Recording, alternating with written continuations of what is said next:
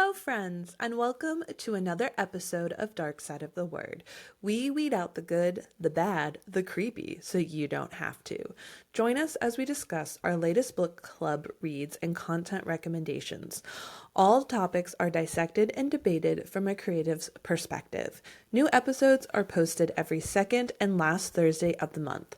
Watch Dark Side of the Word on YouTube or listen to the audio-only version on iHeart, Apple, and Spotify.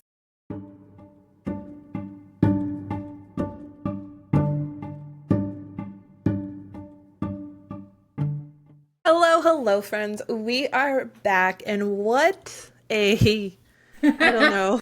Clusterfuck of a year so far? Is that where you were going with this? I was thinking what a life it has been since, what was it, a month ago we recorded, even though I just posted the last episode 2 weeks ago. It's been... We had recorded that well in advance. Yes. And then shit hit the fan on multiple levels, even though we said in that episode shit hit the fan. Yeah. Shit hit the fan even more. It has continued with hittage of the fan. And if you're looking and you're confused because you watched that episode and you're like, hey, weren't you guys supposed to be interviewing Cynthia Paleo this episode? Well, again, shit happened. Shit happens. And we've rescheduled. So hopefully she is so kind and has agreed to still do the interview with all the shit happening. And we will have her as our next episode. So if you're excited, sorry. Stay excited. But she's still coming. She's still coming. Stay excited. It's on its way. Just things happen. Shit happens. Shit happens. Things fall apart. Things happen. Yep. And we just happen to be in a eclipse cycle right now, which is making it... Seriously. Mercury's in retrograde. Don't sign anything, anybody. No contracts. Is Venus going into retrograde now? I don't even know. I can't even keep track. Okay. It's just a clusterfuck. Well, as the title of the book said, we are going to be reviewing I Was a Teenage Slasher at this in this episode. But since we don't talk to you guys as much, we still want to update you on our creative journeys and our creative life. And I'm sure you're like, well, what shit happened? Well, we can tell you a little bit about these. I can tell you a little bit about the shit that's happening. Maybe why I'm not as energetic this episode, but I'm still here because we're still here for our fans. And I'm tired of canceling episodes. Seriously, I feel like we've had to do so many cancellations and rescheduling since the beginning of the year. And not just with this, with pretty much everything going on in my life. It's just been a chaotic time.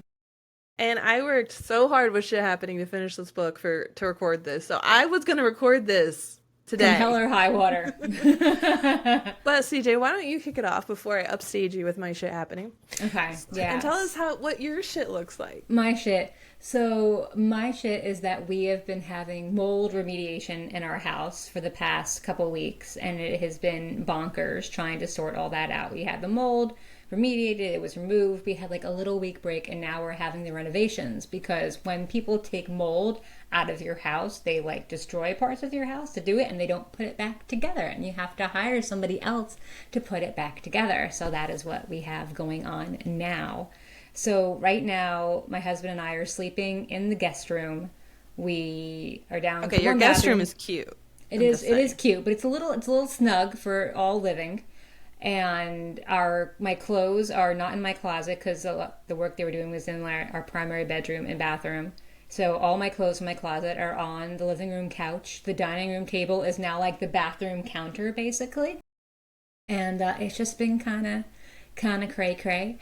But, so yeah, things haven't just been going according to plan. And I was planning to do, and this has kind of been happening throughout like February and March. So I have not done as much writing as I have wanted to the past couple of weeks or months. This year so far, really. But I am still working on revising my chapters for the Ghost Children book. And I'm still doing my workshop, which unfortunately is not as helpful as I'd hoped it would be. Because, well, the feedback from the instructor is amazing, as always. It's really, really helpful. But there are 7 people in my workshop, which is way too many. And we're only workshopping people's pages every 3 to 4 weeks, which is not what I signed up for. So progress has been slow. I thought it was going to be every week or every other week. It's been every 3 to 4 weeks. So I have not gotten nearly as far in my book as I wanted to. But thankfully, Kait has agreed to just keep reading, even though Okay, I promise I'll get to these chapters you sent me. I'm sorry. It's okay. You understand. Okay. Yes, I do. But I have sent her 10 chapters so far when my workshop is only on like chapter 5. So I'm very proud of myself for going above and beyond what I have to for workshop and just sending them to Kate. I mean, really, only my opinion matters, but I'm just It's kidding. true. Which, It's true. okay, maybe this is a really great moment to just put the call out there because we never know. The universe provides, manifesting or whatever. But CJ and I have talked about trying to start a very intimate, like 3, 4, maybe 5 max. It depends on the people, of people who want kind of like a close knit critique group that would be between the alpha and beta reader levels. Things like that. Kind of like what your class is. Yeah. And doing it very intimately with just us. So if you were in the horror, fantasy, dark academia, literary, horror, Dark all this stuff, books. Essentially dark books. If you are into, write any of that and you're looking for kind of a human connection, high level of writing, because, we've been writing for so long. I mean, it doesn't mean we're excellent, but Pretty good. We're pretty damn good. Let's maybe give ourselves some credit. if this isn't your first book, but you're like on your second or third, come over. But yeah, just DM us at Dark Side of the Word on Instagram, and we'll start chatting. Maybe we'll be critique partners. Who knows? I mean, this is how I got you. It is. I put out the call on Instagram, and you were just like, "Caca." And I heard, and I came running. So there we go. Exactly. So yeah, so that is writing. Fun. Vlogging has been a little quieter. My goal was to post twice a week, every week for the whole year. I made it through most of February before I had to drop it down to once a week because balancing everything in life is really difficult. And I didn't have a kitchen for a little while, so it was hard to do any kind of cooking for, book-inspired recipes when I didn't have a kitchen. No, really? You didn't want to put construction debris in your cooking? Like, make this a new thing, a new trend? And the kitchen is fine now, but like there's so much dust everywhere throughout the house, and there's people like going in and out of the kitchen all the time, turning off power, turning off water. Like it's just, I'm not even gonna try it until everybody is fully out of the house and it's just us again. So, yeah, that is where my chaos has been happening. Why don't you tell us about your chaos? Before I do that, just to comment on all of that, I do feel, I don't know what it is with this year, because you and I are clearly having to learn the same lesson. Is there anyone else out there learning this lesson, but essentially trying to just show up as we can and balance life, and it's not just this, like, this is what life's going to look like, and just trying to show up in the best ways that we can, which is pretty imperfect right now. Imperfect. But having to, like, grapple with that and be okay with it. Anyone else there with us, right now? We already know me, but I'm not just still talking. raising my hand. I'm not just talking about the eclipse season. I'm talking about like since January 1st. Yes, since January. Yeah. So yeah, where did I leave off? Time has been the like. I don't even know. I lost all of February, so I don't even know where I left off in the last podcast. I think I had just gotten a little sick. With it, and then when we were recording that episode, I got sick, and from that moment I went through stages of a sinus infection, strep throat, scarlet fever, influenza A, and then an autoimmune response that prevented me from having any function of essentially my legs and hands from getting so sick. So essentially my body was just like, you've been too sick, I'm going to start attacking all your joints and fucking you over. And yes, scarlet fever is still a thing. Everyone I tell that is just like, wait, that's a thing? That's not just like a Little Woman reference? No. You totally besmirched us all. Yeah. I know it's still a thing. I haven't heard of most people getting it, but I have heard of it still happening. Yeah. So fun fact, scarlet fever is a complication to strep throat. Which no one ever really tells you. Well, because most of the time we probably just fucking take care of it to begin with. But if you have a complication... So it's its own thing, but it's derived from a complication of strep throat. I was a tomato. There's a reason they call it scarlet fever. I was a tomato.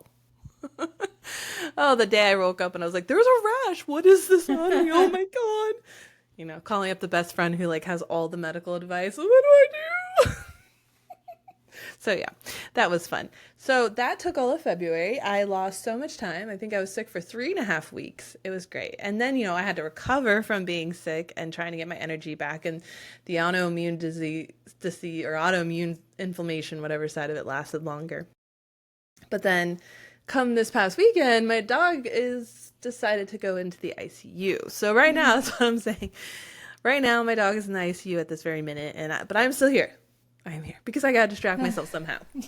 I am proud of you for showing up today. I am proud of me for showing up today. I'm just proud for showing up in the world. So yeah, CJ, I'm gonna try to get to your chapters at the end of the week. That's I'm okay. sorry, No I told worries. you it would be sooner.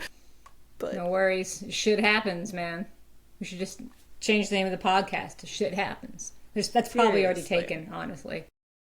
So from an art perspective on my end, it has not been happening.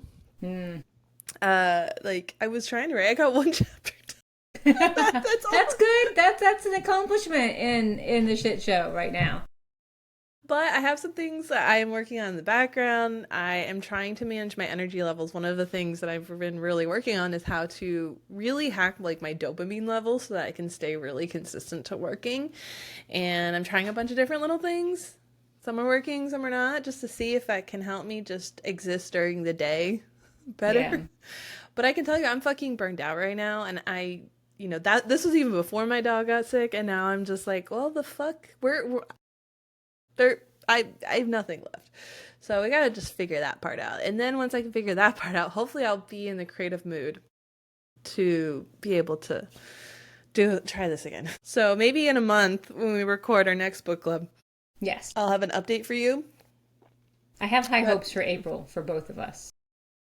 Don't jinx us. No, I'm not jinxing. I am putting positive energy and thought out into No the universe. manifesting until Monday. I'm not manifesting. I'm just being positive. Okay. Also, Happy New Year, everyone. Yay! Spring solstice has been here. Oh, yes. I'm like that. That was a while ago, but I see what you mean. Yes. This is Yay, the spring real New solstice. Year. So, I felt like I had something to say about all that, and now I can't remember. Oh well. Welcome to my life. I just never remember things anymore at all. Well, I think that is all the updates we have for you. I know we're both tired, so we're just going to keep it short and sweet in that area. Also, sorry, my recording program has really changed, and I was trying to find something on the screen here, and I was not. But I just found it. Okay. They're really updating Riverside over here. I hate updates. They always confuse me. Whenever my phone asks me to update, I put it off for as long as humanly possible. Dude, I think everyone is updating or changing something. Like, I had the perfect body wash to help with my eczema, and all of a sudden they just stopped making it. And then Moe's, one of my favorite restaurants, just stopped making my favorite salsa. Like, what the hell, people? Why are you doing this to me? My favorite Mexican place closed down. They made an amazing mole sauce. Like, it tasted like a grandma was making it, like all Probably morning. was. Probably was. And we knew like they were trying to sell the business, but they had been having it up for sale for like over a year. So we're like, we're not in any danger of losing this thing. Even the guy who was like our usual waiter was like, don't worry, we're not going anywhere anytime soon. And we went there a weeks ago before it closed, and they didn't have the mole sauce. So I didn't even get a chance to have it one last time before they closed. Sacrilege. This is like when they took the Mexican pizzas off Taco Bell menu, and it was like, never again. It's never again. It's just so sorry. sad. This is now the second amazing Mexican restaurant I have lost in my life, and I'm feeling this loss very profoundly. Why? Like, why? Why are they closed down? I don't know, and they're good ones. They're really good places, so I don't know why. Like, I've been to some shitty Mexican restaurants, like not chain ones, like actual just like, non-chain ones, and people love them. I'm like, why are people going here? And the ones that are so good, I don't know why they're closing. And if you notice, I have 2 dogs. So my other dog's still here. He just came to say hi. All right, now before we get into reviewing the book, just a quick message from us.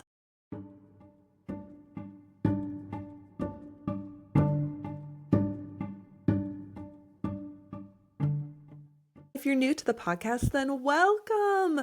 We love having you here. We want to take a second to go over a few things about our episodes. 1. Dark Side of the Word is hosted by Kait and CJ, 2 writers and creatives who can't get enough books, shows, movies, or podcasts about all things dark and creepy. 2, we're generally a book club podcast, meaning that we will be discussing the book in the episode title. There will be detailed spoilers, so if you haven't read the book yet, you might want to click away and check out our other episodes. 3, we love exploring stories with haunted houses, dark academics gone rogue, serial killer thrillers, reimagined monsters and myths, and so much more. 4, this also means that we're going to be discussing mature and sometimes triggering content, whatever the themes are featured in the book. If you're underage and you don't think that your parents are going to like you reading the book, then they're probably not going to like you listening to this podcast. Otherwise, thank you again for listening, and we hope you enjoyed the episode.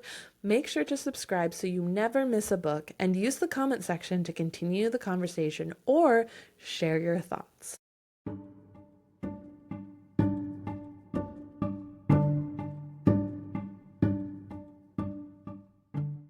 And we're back, and it is time for your regularly scheduled content, which is to talk about I Was a Teenage Slasher by Stephen Graham Jones. Graham. Never hire me. Stephen Graham Jones. Stephen Graham Jones is what I'm going with. Well, we're gonna. Maybe it is Stephen. I didn't think about that. Maybe it's Stephen. No, it's probably Stephen. We're just gonna unanimously say it's Stephen Graham Jones. Okay. Okay. From here on out, he can send us a nasty letter. Yeah. If it's not the case, and we apologize. Just DM us. Sorry, Graham Jones, Mr. Jones. I don't know. Alrighty, let's read the description, the synopsis, in case you guys just didn't, and you haven't read. So you know what we're going to be talking about. Exactly. All right. Okay. Sorry, we gotta also just clarify one more thing. Lamesa. What are we calling the town? What are we calling the town? Lamesa? I don't remember. I just kind of scanned over that. All right, let's go with the more La Mesa. Okay. Good? Unanimous decision? Yeah. Okay. La Mesa, Texas, July 1989.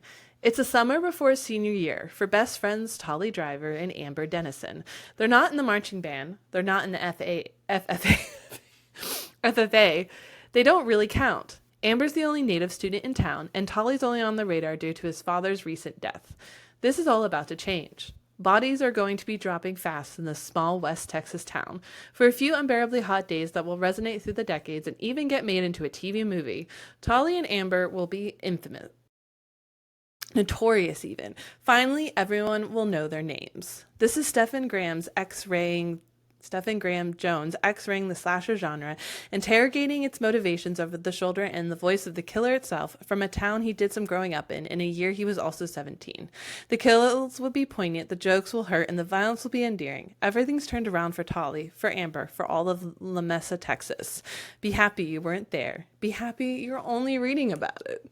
Whoa. Can violence be endearing? I feel like that's a volatile claim. Violence will be endearing. What's that even mean? I mean, jumping to the end of the book, I feel that Amber killing Tolly, or attempting to, was kind of endearing. Yeah. I guess so. Yeah, I can see that. Yeah, alright, we'll go with that. Alright, because I'm psychic. But also I already kind of knew that this was going to happen. Yeah. Which I'll explain in a minute. But what's your rating, CJ? I Was a Teenage Slasher 1.5 stars. Would you like to guess the rating I gave it? Probably the exact opposite of mine, because that's how we roll. So, 4.5? Or 5. 5. Okay. Oh my God. I already felt like you didn't like it, based on the comment you had in our last conversation about how you were trying to finish the book. That's all you said. You were just like, I gotta find a way to finish the book. And I was like, oh shit, she's struggling with this book. And then I was so happy with it at the end, and I gave it 5 stars, and I was like, well, it's not Grady Hendrix. And I don't think this is just a random red herring, like Schrader's Chord, just floating out there. Yeah, he has a lot of books. And I was like, she's gonna give it a really low rating. And sure enough. Yep. I go to Goodreads. It's a 1, which I'm glad I checked because I needed to mentally prepare myself for this conversation. I just automatically assume that if I love something, you will hate it, and if I hate something, you will love it. That's just how it goes for us right Have now. you read Mr. Jones before? No, I have not. This was my first one. Have you? No, this is my first one too, because I know he's widely read, especially with, Yes. was it The Only Good Indians, I believe is the Yes, I other book think that he so. wrote. I was shocked because I'd only heard of The Only Good Indians. When I opened this book, it is 2 pages worth Right. of writing. Oh my God, yeah. Talk about prolific. That was impressive. Like, This guy has had the career that like all of us dream of having as writers, where you're just cranking them out. the amount of inspiration and imagination he has. Mm-hmm. Yeah. So yeah, I will be starting on this very long list at this Well, point. good. I'm glad you have discovered a new author to enjoy. I know, because I was talking to a new friend I made about her horror reading. It's like, finally, I don't know, did we lock eyes across the way? I don't know, there was just something. And I was like, what do you read? And she's like, horror. And it was just like, you read what I read? And we just had a long conversation, and she was just rattling off author names and book titles, and I was like, okay. Nice, Yeah. nice. I haven't Always been in nice the to meet genre another so horror long. fan. Yeah, but she likes what's her name? Oh, that's Awad. right. Mona Awa with Bunny and what was the one? Rouge. Oh, Mm-hmm. Rouge. That was hard. That was Anywho, hard. so I will have to say I am not entirely surprised that you didn't like it, because I got a lot of Ninth House and Devil Take the A Train vibes from this, and I just don't think that is your style. I don't think you like. I don't know what it is. The Mm-hmm. characterization of the protagonists, the way that with their dialogue comes through, the way they internally monologue. I don't know what it is, but it's very similar to Ninth House in that way. I don't see the similarity, but so I greatly admire the idea for this novel. Like the idea of a kid getting hit with zombie blood and basically Spider-Manning into a classic 80s slasher killer against his will is like a brilliant idea for the reluctant villain story. And I am totally there for that. I just wish that I didn't hate this author's writing style so damn much. I hated it. So I just, oh, I get scared hearing this, because the protagonist in this book and the way that he was written and the style is my book and you what I don't was write hoping like to this. achieve with my book. But I was No. hoping to achieve it. No, but you don't like. So there was things I loved Tell about me. his writing style.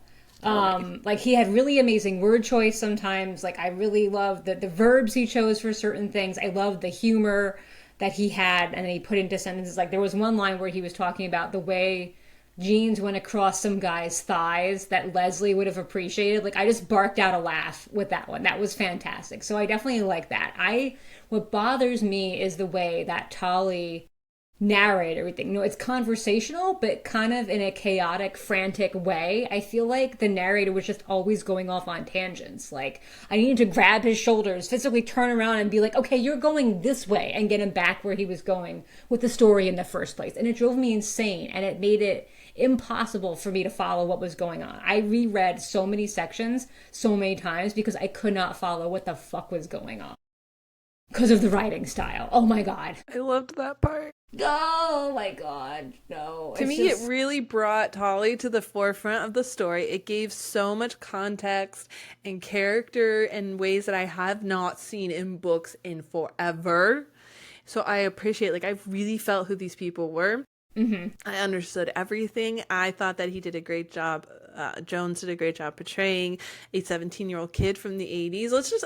The fact that this was made in the 80s, I just love.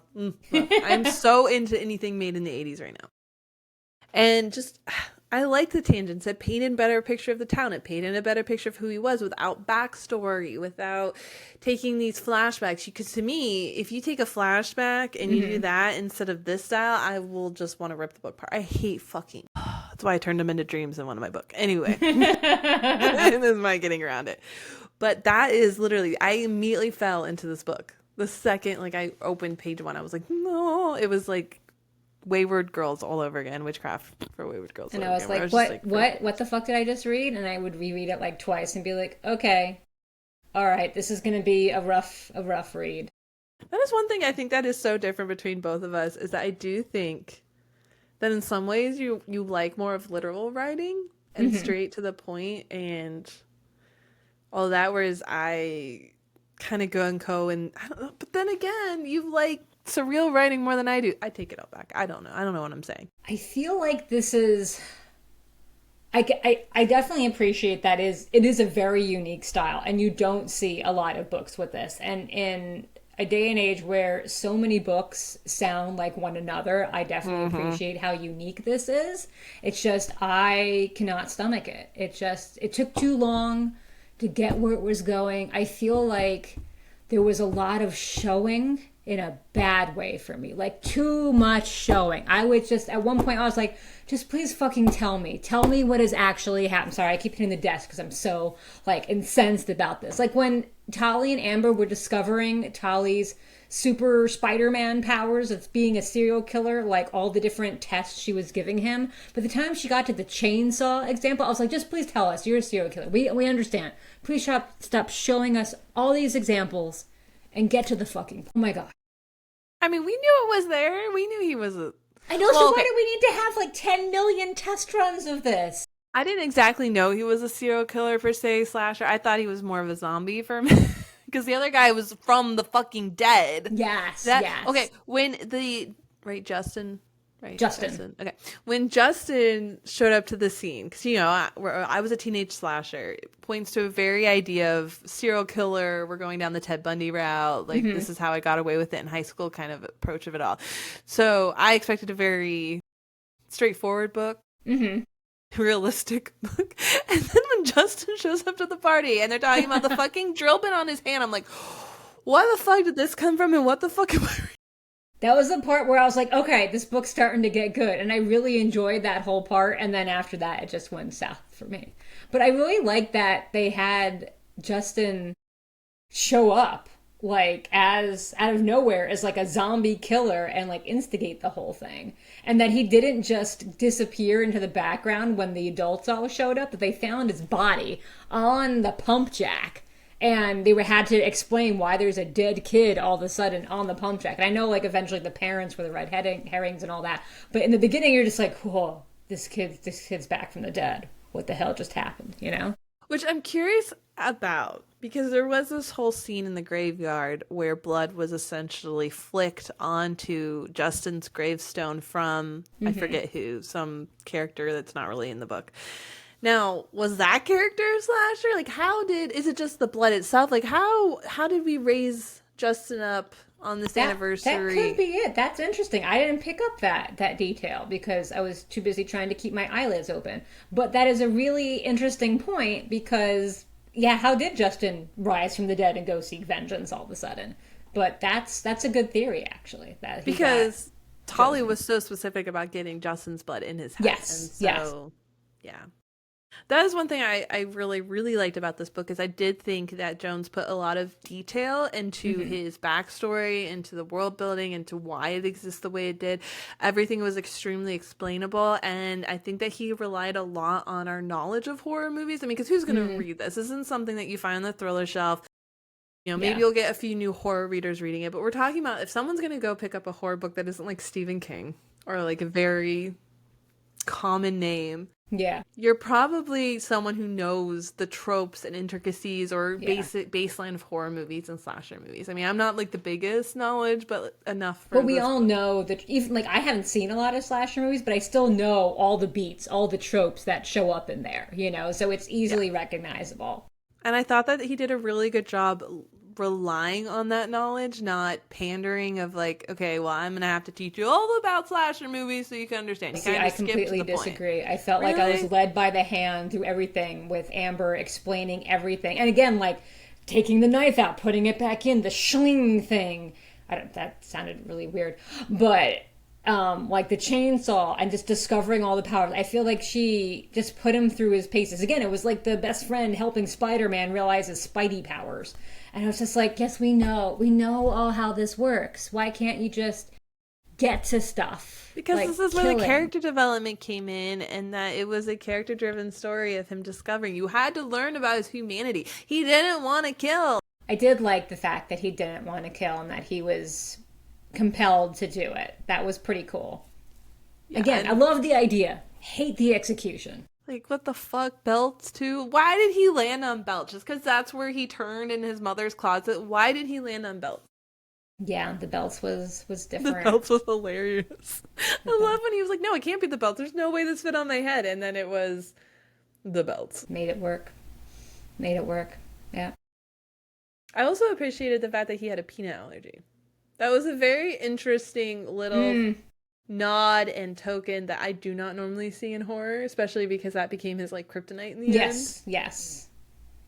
I So, feel like this novel was a good way to blend the crazy and the chaotic with the mundane. Like you have all the crazy action going on with the killing, but then you have all where it's set in La Mesa, Texas. It's just like it's a character itself. Like it's just so slow and raw and remote, and the drudgery of that whole time set against the chaos of the killing is brilliant. It just really highlights both. And same thing with the peanut. You know, you have this exotic death through serial killer and chainsaws and all these things happening, but then you have just a simple peanut allergy. So again, it's that dichotomy that really can make things interesting. exactly. Like you had a typical white guy, and then you had his Native American best friend, which I did appreciate, kind of like a nod to trying to add in a diverse character. But also, I think that Jones did a really good job because I do feel that the story is based so highly on the high school dynamics without this essentially occurring at all in high school. So we got to set up a hierarchy. We have to set up like who are the mean girls and the mean boys and all the bullies, and how, where does Tolly and Amber fit into all this. And I think that Jones did a really great job establishing that without over dragging that part out, at least. I think I want to say. I as a former marching band kid, I had severe problems with the marching band representation in the book. I would just like Okay, to this is say. West Texas. Okay, we have a whole different set of No, rules no, where there is okay. I just want to clear the record that no one in marching band is wearing that uniform a minute more than they have to. Like the jacket, it's heavy and cumbersome. The pants go up to like here on you. They're not regular pants. They're like waders going into the water to fish. And like the hats, you don't wear the hats except for a performance, and the plumes are never in the hats unless you were actually weren't they performing. coming from a performance though that night of the party? But like, yeah, and then you put everything back right afterward. You go to the performance, you put everything back, and you put the hat back on the shelf, you put the plumes back in their things because they get very ratty and disgusting if they're not put back carefully. So there's no way these people were dressed up in their marching band outfits In July. in July in West Texas. No, no, and noticed he tried to explain away. I'm like, that's bullshit. I'm calling that. That's bullshit. No one's doing that. Also, why was it the marching band? It could have been any group. I think because no one suspects the marching band. Like they're so like, well, But until American Pie anyway. No one was like, oh, the marching band. They're gonna like be so mean and evil. like he establishes that they're mean like 5 seconds into the book. So there was no hiding it. Yeah, he just wanted to make them the villains. Like maybe he had an unfortunate band experience as a I mean, child. let's also be honest. Well, I mean, if he did base it on his own personal life experiences, that could be very true because he's from West Texas. But also, let's be honest, the marching band never gets picked on. Drama gets picked on. Sports gets picked on. Cheerleaders, like, it's time. I'm sorry, Yeah. it's your time. Yeah, It's and your that's time to fine. get If he picked on. got the specifics right about the uniforms, like I would have been totally okay with it. But I was like, dude, no. No, this All is right, I'll not give you that one. how marching band works. I'll give you that one. Thank you. Thank you very much. My people But have been righted. if we take like all the marching band portion out of it, like they were just any random club at the school, the dynamic of the students and friendships and all that Yeah. I thought was done Yeah. very well. Totally. Especially for back in the 80s, you know. Yeah. I guess like I went to school, I went to school in the late 90s, early aughts, and I guess there were those cliques at my school, but I never really saw them. I never really felt them. You were in a clique. Was I? You were in marching band. That's a clique. Yeah, but we weren't like only staying with each other. Like I was in lots of different groups, and like there wasn't just like the cheerleading squad who were mean to everybody. There was the cheerleading squad, but they weren't really mean to anybody. They were just kind of there being Maybe she blocked it cheerleaders. all out and she doesn't know. Huh? Maybe you blocked it all out and you don't know. No, because a lot of other people tell me they had like really like negative high school experiences, and nobody I know really had that. I We were just wouldn't all know. very emotionally mature and minded our own business, apparently. Totally. I wouldn't Totally. know. I never went to high school. Okay, so let's shift topics for a second. Away from the Because marching band uniforms. Okay. I think this is something that maybe you can shed some happy light or sad light on. Hmm. But I wanted to talk also about like the way Jones portrayed the gore and violence in the book. Because I am, from my feelings, I thought he walked a really great line between being really gory without going to the place that you're just like, okay, I'm gonna upchuck because this is just too much. Yeah, like I didn't find anything too upsetting in the book or gory actually. Like I know that one guy got his face split open, but it Wait. was Oh, with the yeah. belt, the first guy against Is the it okay? So he got split open from. yeah, like Okay. here, and the jaw was like off. So the next Joker. Okay. Yeah, which normally would make me really disgusted and freak out, but I was totally able to handle this. What a way to go, too.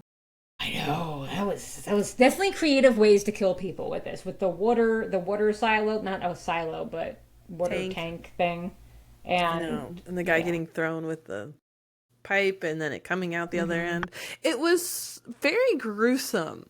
But like you said, it was not something that I was like, oh my god, I don't want to read this anymore. In yeah, a way, the pretty one tame. time that I felt the borderline was when Stacy got flung at the end of the party and Hmm. got caught on the side and was like essentially sinking down as like her arm was ripping open. Oh, that was a little gross. That one I think got me. Yeah, yeah, nothing really got me. I I was just know kind of like ho hum. I know that for the average person, they probably couldn't. Yeah, yeah. Do not take our rating. This is probably a very extremely gory book. I feel like we've read gorier. Like Grady Hendrix, I feel is way gorier. Way gorier. Gorier or just Yeah. traumatizing? No, gorier. Like Okay. the Southern Vampires Club, gory. Gorier. Horror Store. Oh my god, that one nearly made me throw up. Well, thanks for warning me. Yeah. The eye thing in Okay. How to Sell a Haunted House with the needle and the chainsaw with the arm. Okay, yeah, that's true. Okay, but I'm just saying, like, for the average person that's looking to read this book, if it was on the website, does the dog die? No. Average person, if you don't like gore, don't pick up the book because it is intense. But I think for our scale, if you're like, when you go to a Thai restaurant, you got like the people who can handle a lot of spice and the people who can't handle a lot of spice. For the person that can't handle a lot of spice, don't read this book. For the person that can handle spice, it was fine. But I really thought that he did a really good job in his descriptions and his writing around the gore. And I appreciated that he did not drag out the gory moments. It was Yes, just I did quick too. and to the point, and this is what happened. Because some people are just like the blood dripped and they just like wax poetically about like how disgusting it is. Yeah, But yeah, it you was don't just need all like that. this happened, and it was really gory and it was gross. But okay, Yeah. moving. Yeah, moving on. So I appreciate that, and I like you said, I also appreciated that there were some very unique killings as well. It wasn't just like we're all gonna get slashed like a horror movie normally is. Hmm. One chainsaw, everyone dies by decapitation the whole way. Yeah. Yeah, it definitely was a little different in that sense, and I could appreciate that. Is that how it got a half a star? Like Yes. There one there and are a half? definitely some things I appreciated and that helped give it a half a star. Did you only hate it because of the writing style? Yeah. Yeah. Again, like I think the idea is great. I liked definitely I liked some of his humor. I liked his word choice. I thought some turns of phrase were amazing, but the overall writing style for me was just like I'm never going to read this author again. Like I would rather knock myself unconscious with a marching band hat than read something by this author again, simply because the style was so atrocious for me to get through that I could not bear to do it again. If I read another one of his books and it doesn't have the same like voice of the protagonist, would you then read it? Maybe. I don't know, man. I don't know. I'm pretty traumatized. This was But this you was a hard liked slog. This was parts of like the book. Rouge. This was Rouge level for me. Yeah. Yeah. This was Rouge level Girl, for me. Girl. Don't girl me. We all have our preferences. This was not.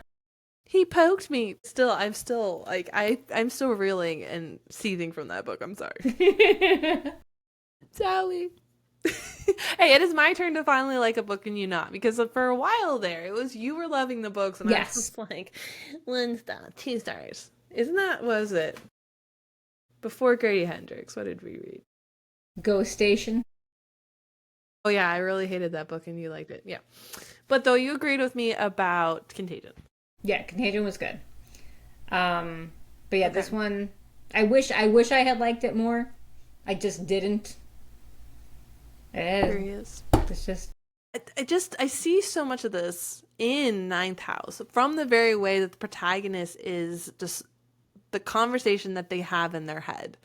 I see so much of Ninth House in this. And now I can't remember why you didn't exactly like Ninth House, but when I picked this up, I was like, this is the same style and she's not going to like it. I feel like, I mean, it has been a while since I read Ninth House, but this one just felt, like I said, more disjointed, more chaotic. Like, again, I had to just focus, dude. Come on, let's go back to the story. And I feel like I didn't have to do that in Ninth House. I just didn't care for what was happening, I guess. I didn't like the characters. I couldn't get into things. And You here, like I the didn't mind the characters? characters. In Ninth House, yeah, I didn't really like the Oh, characters. yeah. I thought you meant in this book. And this book, they were okay. They were I liked alright. the mom. I liked wasn't the I mom a wasn't lot. I wasn't wed to them. Yeah, I actually really liked the characters. I appreciate the mom. I loved how she had her own hardware store, which is something, like, especially in the 80s. A woman running a hardware store seems And so the out of female place. cop too was impressive. The sheriff actually Yeah, especially for the, like, when you think about 1989. This is in not Texas, seriously. West Texas. So there were a lot of things like that that I thought he, without pandering to the idea of feminism and just Yeah. writing progressive books, it was just like, all right, well, here's a very easy way that I can add these people in. And I get, like, why he wrote a, white guy. I mean, that's what you are. Well, you write what you know, right? Yeah, But I really appreciate it. I thought that there was a great creation of the town, well explained, without too much, going into it. Like I said, I really liked the mom. I thought movie night was really sweet when you were describing Officer and a Gentleman. It was funny. And then, then they had our very special character, which hats off. Thank you, Jones, for adding a llama into the book. a what? A llama. A llama. How the Americans say it. Oh, yes, and who did not die, which was good. I was a little worried about what was his name, Oshkosh. Say something, and now And he was very accurate about that because llamas are shitheads. Are they really? And they spit, and when they spit, it is. You think skunk is bad? I have not had the privilege of being near a spitting llama. When I had alpacas as a kid in high school. We had alpacas, and I remember traveling with them. And when I opened the back of the trailer, oh, the stench that came out because they had started spitting because they got scared, and the stench that just wafted out. I was like, See, no one ever tells you that when you're like buying all the cute llama stuff and you're like, I want a pet llama. No one ever mentions stuff like that. to give you an idea. A lot of times, especially with alpacas and other herd animals like that, people will buy a llama to protect the herd. They are evil, vicious creatures. They are mean. Watchdogs. No, they 100% are, and they don't like people. It's very hard Can to you get, ride a llama? No, I feel like I've never seen it done. But yeah, no, they are assholes. They are not nice, cuddly creatures. They are assholes. It's kind of like I panda hear. bears. They're very evil. I watch a lot of Expedition Unknown, and Josh Gates, who I think is a fantastic human being, he hates camels. And he has to go to like these countries, and whenever he has to travel by camel, he's always like, son of a bitch. So it reminds me of the llamas thing, because they spit too, Yeah, because I think they're all the same family. Yeah. They're just progressively getting bigger. So apparently it's just like a nasty group of animals, unfortunately. Alpacas are sweet. Like, you can nose touch them. Like, train them to, like, touch your nose. And then they spit on your nose. No, they only spit when they're scared. Whereas llamas will just spit on you because they just don't like you. They think you look funny. Whereas alpacas spit when they're scared. Oh, okay. Maybe that's why alpacas are a bit more popular than llamas per se. Maybe. I wouldn't mind having alpacas again. I loved them. They're so sweet. Now, what did you like about the book? Can you find anything in your ounce of soul that you like? I mentioned some things I did like already, but something that I thought was a really clever thing to bring into the book and make scary was the pump jack. I have not seen the pump jack been used as like a torture device, kind of, or a thing that can rip you. I don't really know much. I actually looked up pump jacks to make sure I knew what one was. And I was like enlarging, it was like 3 a.m. and I was enlarging the image on my phone next to my husband who was asleep and was like, oh, you're looking at something. I'm like, shh, go back to sleep. To try and see like when they were describing what happened to Justin and I think to Stace later, where the parts were that were dismembering him. I think when I pictured this in my head, I was thinking more of the old 1800 or, early 1900 film jacks, not this. So where did he die then? I was looking at ones that I guess were like oldish, like they're like skeleton-y kind of, I guess. Okay. Not like, I don't know what the modern ones are like. Do we Mine still was have creepy. them? I mean, I've always kind of found them creepy, and then watching videos of them just like going back and forth, I was like, oh, that's very eerie. So props to him for taking that and making it something out of one's nightmares. So like this one? Yeah, that's what I was picturing. But then where was he sitting? I forget now. It made sense when I was reading it, though. See, it made it sound like it had more of counterweights on the other side that were rotating. Yeah, it was like going, it wasn't like hauling up, it was just like, Because like a small one. Let's see if it's in, I think I searched it incognito mode, so like nothing would show up and scare me, so I don't think I can bring it up again. Yeah. I look up a lot of things incognito mode because I just don't know what my phone is going to think I want to see. I just don't understand how you die on this. Besides, like, falling from a high height. Yeah, like, see, they look this is what I was... So, like, if you look at the turny part in the back here, I think that's where he ended up dying. Yeah. Yeah, that's kind of, yeah. They look like creepy skeletal horses. You know what they look like? That scares the crap out of me in Star Wars. There's those things that walk on very spindly legs. ATVs. Oh, yeah! I know what you're talking about. Yeah, I don't know what they're called, but yeah. ATVs, something. Somebody the please ones that write in. The bad guys have. Yeah. It reminds me of that. It reminds me of that, and I find them very creepy. So I love that he took that, and especially since it's such an iconic image for West Texas, again, making that location a character of its own in the story and just bringing it to life. That was so, it reminded me a lot of Ghostbusters Afterlife. That's set in like Oklahoma, and like that, how that sweeping openness is so terrifying because there's just nothing out there, and that remoteness just really gets to you after a while. So All-terrain scout transport, is that the one you're talking about? Yeah. That's not it, but there's something. I don't want to look it up on my phone. Don't look it up. I think it's called TVATs. Because you're not talking about that, are you? No, it's on 4. Okay. Maybe it is. I don't know. I don't know. Just rattling off like AT, blah, blah. Let's see. Star Wars. No, I'm not going to do it. I'm not going to do it. Because then I'm going to get all this Star Wars stuff on my phone. I don't even like Star Wars. I know. Sorry. I just don't do sci-fi. It's fine. It's fine. It's just boring. Just Star Wars is just boring. Can't with you. I can't. Oh my god. I just started a Star Wars game on my Xbox because I'm just so into... Who else just feels that Star Wars is too perfectly aligning with today's current political moment? And I saw this amazing reel on Instagram where this lady put the conversation that Obi-Wan gives after the Star Wars Academy falls about, go into hiding and all this stuff. And they put it over these videos of, what's going on in the rallies and the protests and just all this stuff going on. And it made me cry. It was just too much. Yeah. But that's why we read books. That's why I read books. And we read books that whisk us away to West Texas to die in a pump jack and then go swimming in a water tank where we'll also die. So we don't do true crime like, all the rest of the girlies in the world, but we read our horror books. Yeah. Give it to us as a fiction story. and we'll read it. Yeah, I can't do the true crime at all. I'd rather...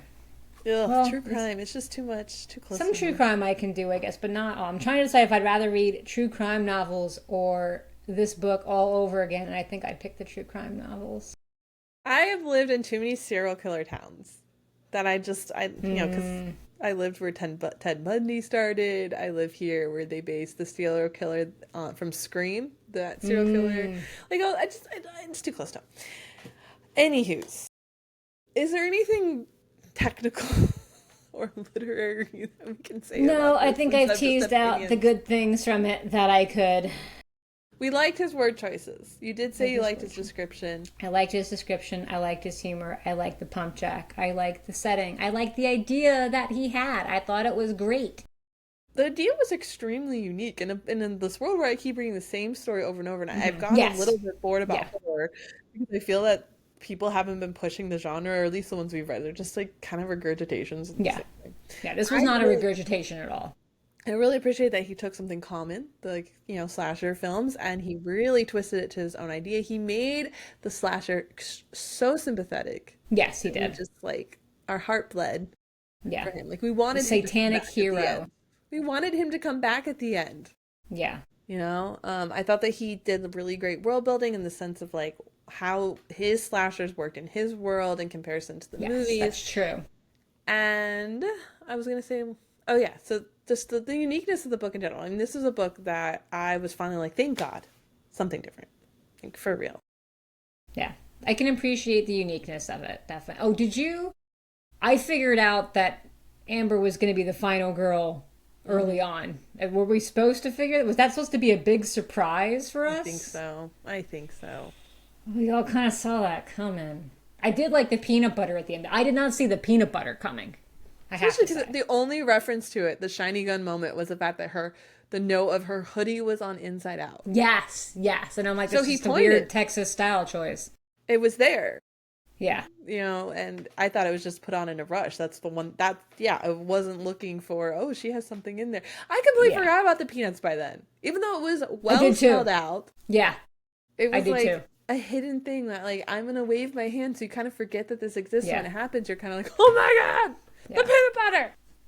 And I feel like I took notes during that scene where I'm like, if I'm ever chased by somebody, I'm going to put on a hoodie inside out and put something in the kangaroo pouch so I can like go and attack without them knowing. That's a brilliant, brilliant move. Except for how hard, wait, oh! What? He makes a note after he falls over the side of the grain silo thing or whatever. Okay. And he's crawling back up right before the peanut butter, where he goes, her arms were in her hoodie because Yeah. it's cold. Cold. I Yep. just got Yep. that together. I noticed that too, and I'm like, oh man, he totally led us astray. He's like, oh, poor thing, she's freezing out there. And she's like, I'm going to fucking kill you with peanut butter. Okay, that's not, Skippy. yeah, that's not how she felt, but yeah. Okay, this is one thing I feel like you really liked, is the end kill moment. I did like so how good. Amber took him out. I love how they're like, oh, you couldn't have had Mel be the final girl because you didn't have your parade of museum of bodies that she has to run through to be reminded before she dies. And then immediately it cuts to like her running it practically. It's like body. I love that. I was part. wondering where they all went because he would go back. I'm like, what's he doing with them? Where are they? And he was there you just go, stockpiling them. Yeah, no. See, there are some good parts. I feel like you could make it a 2. Reading this guy again. I'm traumatized. It was a great book that I wish I loved, but I hated it. Like, there's no other way to describe it for me. I don't know. I'm going to keep my eye out on all his other books because I'm going to read them Do all. it. And it's Do the it, man. point I totally see why other people like him. It is just not the writer for me. Like, he is so my writer. He is so my writer. This is what I love. I had an Enjoy. idea of something I wanted to say, and now I can't remember. I just heard that the woman who wrote My Darling Dreadful Thing that we did, that I loved and you didn't like, she has a new book out. And I was like, oh, I want to read that. But then I read the synopsis and I'm like, it feels like one they just pushed out because she had a 2-book deal. Do you see this face? Yeah. Yeah. Not for you. I don't Okay. think so. That's- Don't make me read it. Do it. Don't do it. Uh, I was gonna say one more thing, but now I can't remember. There's something about the Gone peanut forever. butter, maybe. Peanut butter, final girls, bodies, hiding dead bodies, dead mutilated bodies. Anything taken out of context here is very disturbing for people listening. I'm just gonna clip that and put that on Instagram and see what we get. Dead bodies, dead mutilated bodies. Maybe this is why we're blacklisted on Instagram, is because of the fact that we just keep talking about grossness. Yeah. So yeah, I can't think of it. No. Oh well, I will just, it'll be lost to the ether, and Lost to the I'm ether. not gonna remember. But Maybe you'll remember it by our next podcast. And you'll just insert it in the beginning. yes. So wrapping all this up, you said you're not gonna change your rating, I'm not going to change my rating. and clearly, like, I can't go up. So it's You just can't gonna beat stay, 5 stars. It's gonna stay 5 stars. So Even though the House of Last Resort went to like 6 for me, but you know. I mean, I would give this like 1,000%. I'm gonna read every one of his books. That's my rating. I'm reading every one. Okay. I'm going to. Once I finish a couple other series that I've been like putting off. The reading has not been happening, but we're gonna try to get back to I it. have like a stack of arcs this high. It is. I have to start. I've started saying no to arcs because I'm just like I can't do it. I'm overcommitting, especially now that I've dropped back down to only posting once a week. But it hurts. It hurts to say no to free books. Get it? I've said no quite a bit the They want past to month. come live with me and they can't. So friends, don't forget, hopefully next episode, which will be the first Thursday in April, we will be interviewing Cynthia Paleo and her Vanishing Daughters book. That is our goal. I really think third time is a charm. I think it's gonna And work. this will happen. Yep. I think so too. And then we will announce the last book the last episode of April's book in that episode. So get excited. I'm kind of excited for the next book. I'm very excited. I have it already, and Ooh. I keep looking at the cover, and I'm very excited to read The cover it. is beautiful. So Yes. we just gotta absolutely. like draw you in to keep listening, because we need viewership. But thank you so much, friends, for listening to another episode or watching us on YouTube of Dark Side of the Word. Don't forget, if you really like the content, you want to show support, help others find this content as well, please make sure to like, subscribe, whatever version is done on the platform that you're listening to. And don't forget, we are video on YouTube and audio only on Spotify, Apple, and iHeart. And thank you so much, friends. We'll catch you next time.